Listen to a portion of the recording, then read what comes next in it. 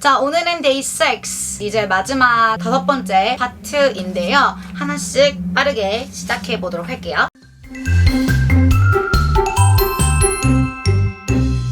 방문해 visit 이죠. 초대도 같이 알아두시면 좋으니까 같이 언급을 드리자면 invite 은근히 헷갈리시나봐요. 같이 알아두시면 좋겠죠. 필요해 need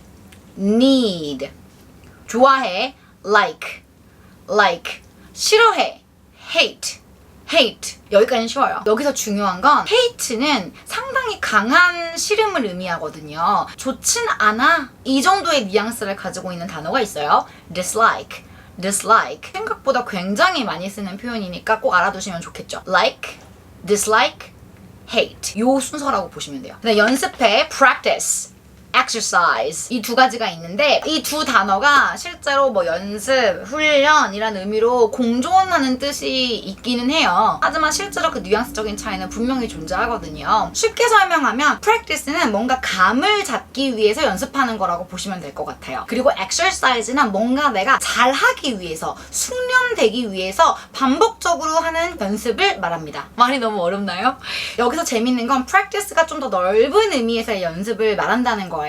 단순하게 우리 문제집 같은 영어 문제집이나 수학 문제집을 보게 되면 일단 먼저 practice, 연습 문제가 나오죠. 연습 문제는 맨 앞에 예시로 좀 쉬운 내용의 포인트만 딱딱딱 잡아서 나오는 경우가 많이 있어요. 그게 practice이기도 하고요. 전반적으로 예를 들면 스포츠 게임에서 연습 경기를 하죠. 그것도 practice예요. practice game이라고 하거든요. 절대 exercise game이라고 하지 않습니다. 아, 이게 이렇구나 라는 감을 잡기 위한 가벼운 느낌으로 하는 연습도 practice이지만 실전을 기반으로 하는 연습 또한 practice예요. 그럼 exercise는 무엇이냐? 실전을 기반으로 하든 내가 좀 더 숙련을 되기 위해서 하든 매번 뭔가 더 잘하고 성공적으로 해내기 위해서 매일매일 반복하는 무언가가 필요하거든요. 그게 바로 exercise라고 보시면 될 것 같습니다. 제가 보통 김연아 선수 예를 많이 드는데요. 김연아 선수가 스케이팅을 한다고 했을 때 중요한 경기를 앞두고 프로그램이라고 하죠. 그 프로그램을 처음부터 끝까지 쭉 반복하는 연습을 할 거예요. 그렇지만 그렇다고 해서 매일매일 점프 연습이라든지 턴 연습이라든지 웨이트 트레이닝을 건너뛸까요? 그렇지 않을 거예요.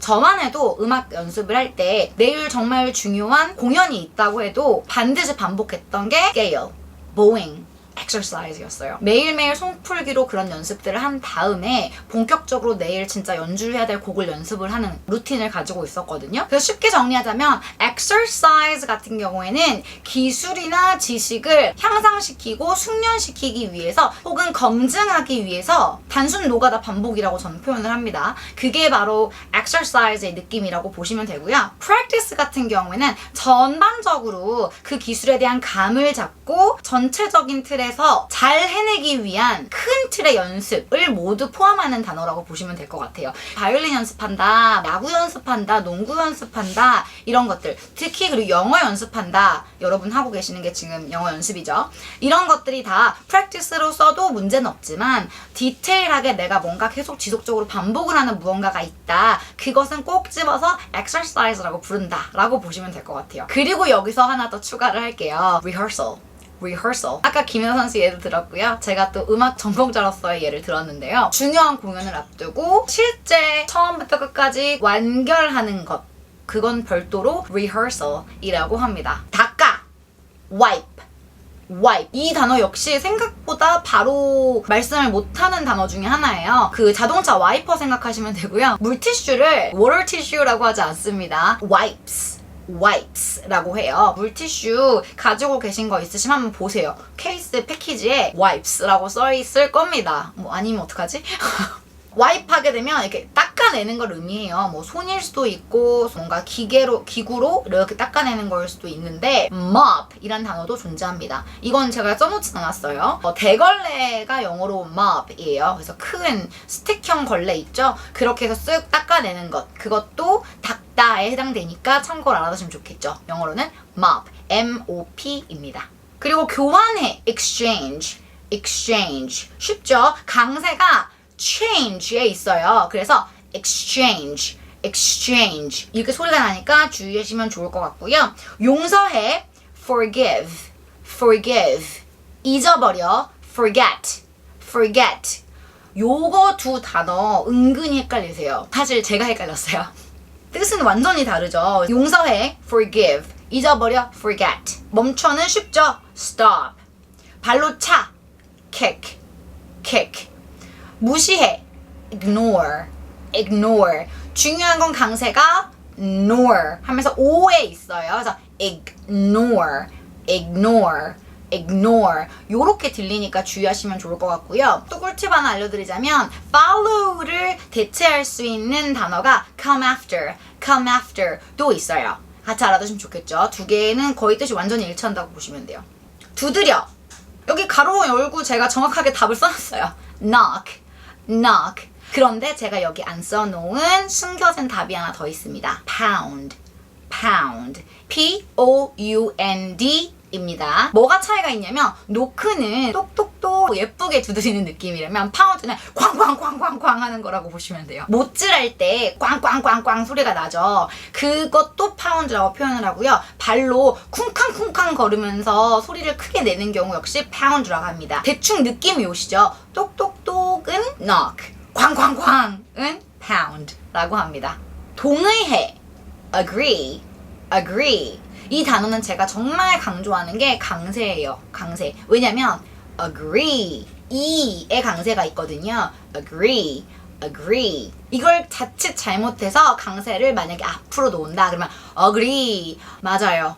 ugly 같이 들리죠. 얼핏 잘못 발음하면 이 ugly와 agree가 혼용돼서 사용될 수 있기 때문에 정말 주의하셔서 발음을 하셔야 돼요. ugly, 못생긴, 못난, ugly. 그리고 agree, agree. 동의하다. 될 수 있겠죠. 그 다음 매달아. hang, hang. 행거 생각하시면 됩니다. 행거 생각하시면 되는데 이 행을 행거와 연결을 못 하시는 경우들도 많이 있더라고요. 한국어에 정말 많은 외래어가 착공이 돼서 우리가 이미 알고 있는 단어들이 정말 많은데 이걸 정작 영어로 바꾸려고 하면 내가 알고 있음에도 불구하고 안 나오는 경우가 진짜 많습니다. 그래서 행어 생각하시면 돼요. 행거. 흔들어. shake. 요걸 보통 mix, 섞다랑 혼용하세요. mix는 막 섞는 거라면 흔들어서 섞는 게 shake예요. 반드시 흔들어야 된다는 거 기억하시고요. 흔들지 않고 뭐 숟가락이나 포크 같은 거를 이렇게 흔히 우리가 비빔밥 만들 때 이렇게 뒤적뒤적 해서 비비잖아요. 그게 mix고요. 혼합 물 상태로 만드는 게 mix라고 보시면 돼요. 뭔가 좀 균일하게 만드는. 그리고 생각해. think. think. th 발음 오랜만에 나왔어요. part 1에서 맨 처음 단어에서 강조했던 거지만 한 번 더 강조할게요. think. 매가리 없이 think. 걱정해. worry.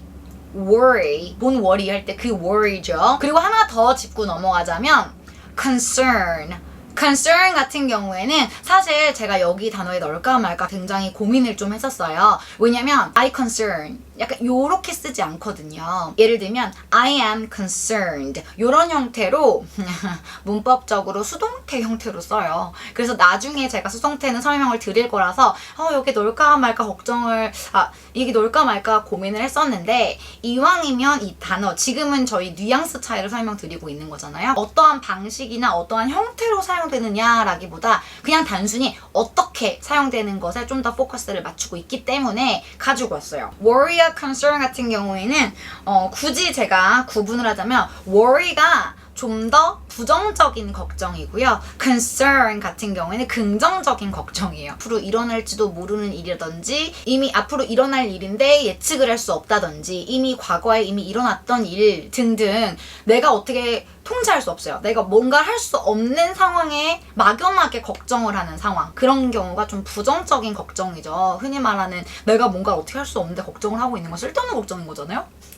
이게 worry예요. 사람은 보통 쓸데없는 걱정을 더 많이 합니다. 그렇기 때문에 10중 8구는 worry를 쓰셔도 전혀 문제가 없어요. concern 같은 경우에는 반대로 좀 긍정적인 걱정을 의미합니다. 조금 신경 쓰고 care 해주고 싶어서 염려하고 우려하는 걱정이에요. 어떤 느낌인지 좀 감이 오시죠? 좀 통제할 수 없는 막연한 상황 있죠. 염려를 하고 우려를 하는 거예요. 바뀔 수 있는 것 같으니까 그러한 상황이 일어나는 걸 막을 수 있는 것 같고 이미 일어난 일에 수습을 뭔가 할 수 있는 것 같다? 이런 느낌이 드는 상황에서 걱정을 하는 거라는 거죠. 상황을 통제하려고 하는 그런 걱정이라고 보시면 될 것 같아요. 긍정적인 걱정이죠. 시작해와 끝내 같이 설명할게요. 시작해, 뭐가 떠오르세요? start, 끝내, finish. 맞아요. 그런데 제가 뒤에 하나씩을 더 붙여놨죠. begin, end. start와 finish가 짝꿍이고요. begin과 end가 짝꿍이라고 보시면 될 것 같아요. start와 finish 같은 경우에 어디서 보통 이 표현을 들으세요? 운동 경기 같은 데서 많이 들으셨을 거예요. 준비, 시작! 을 말해요. 뭔가 굉장히 동적임이 느껴지실 거예요. 상태가 변하는 시점을 강조해요. 시점이 중요한 거예요. start 하면 그 상황이 변하는 거예요. 멈춰있던 사람이 달리기 시작하고 finish 하게 되면 달리고 있던 사람이 멈춰야 돼요. 시점에 의해서 시작되고 끝낸다. 명확한 타임라인이 존재하는 거예요. begin, end는 약간 그런 뉘앙스가 살짝 덜해요. 약간 정적인, 움직임이 덜한 정적인 느낌을 가지고 있는 단어들입니다. 예를 들면 어떤 느낌이냐면 우리 어릴 때 첫 남자친구, 여자친구를 사귄다. 오늘부터 1일 뭐 이렇게 하고 시작을 하잖아요. 좀 나이가 들고 성인이 되면 오늘부터 1일 이렇게라기보다 어느 순간 우리가 뭐 만나고 있는 내 거인 듯 내 거 아닌 내 거 같은 너 약간 이런 상황을 유지하다가 사귄다. 약간 이렇게 됩니다. 관계를 시작한다 라는 그 시작점이 좀 모호한 경우가 있어요. 그런 것들을 다 begin이라고 합니다. begin과 end 같은 경우에는 뭔가 과정, 사실 시간 개념이라는 건 과거와 현재와 미래가 계속 유기적으로 쭉 연결이 돼 있잖아요. 지금 우리가 지금이라고 하지만 지금이라고 말하는 순간 이건 과거가 돼버려요. 어떠한 것의 시작 단계에서 시작 이렇게 뭔가 시점을 정해놓고 하는 게 아니라 전반적으로 포괄적으로 시작하는 단계입니다 라고 말하는 느낌이 바로 begin이에요. 전체적인 상황을 좀 멀리서 보고 여기가 시작이고 여기가 끝이구나 하고 하나의 과정으로 보는 시선을 말해요. 뭔가 멀리서 관조하고 관망하는 느낌이 begin, end 라고 보시면 될 것 같아요. 또 꿀팁을 알려드리자면 영화 보시면 맨 끝에 영화 크레딧이 올라가기 적전에 The End가 나오죠. 그리고 책도 마지막 페이지에 End라고 나오게 됩니다. 왜 End를 사용하는지 그 뉘앙스를 생각하시면 좀 이해가 되실 거예요. 서양에는 책이라든지 영화라든지 뭐 심지어 게임까지 그 안에 하나의 세계관이라는 게 존재하게 돼요. 그렇기 때문에 그 세계관 자체를 우리가 잠시 들여다보는 것이다.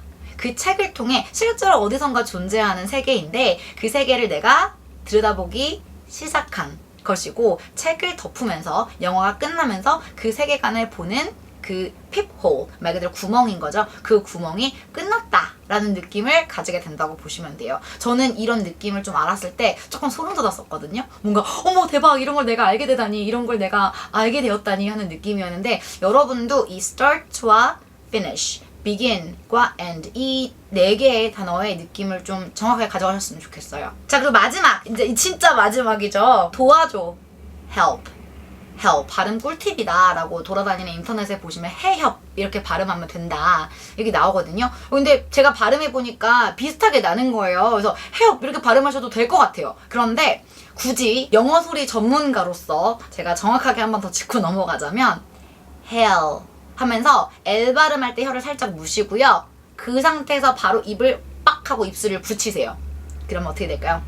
help, help, help 이렇게 되죠. 요게 help과 굉장히 비슷한 소리를 만들어내게 됩니다. L까지 발음은 help, help, help 엄밀히 말하면 help, help 같은 느낌인데 뭐 어쨌든 여러분이 이렇게 정확하게 발음해 주시면 너무 좋겠죠.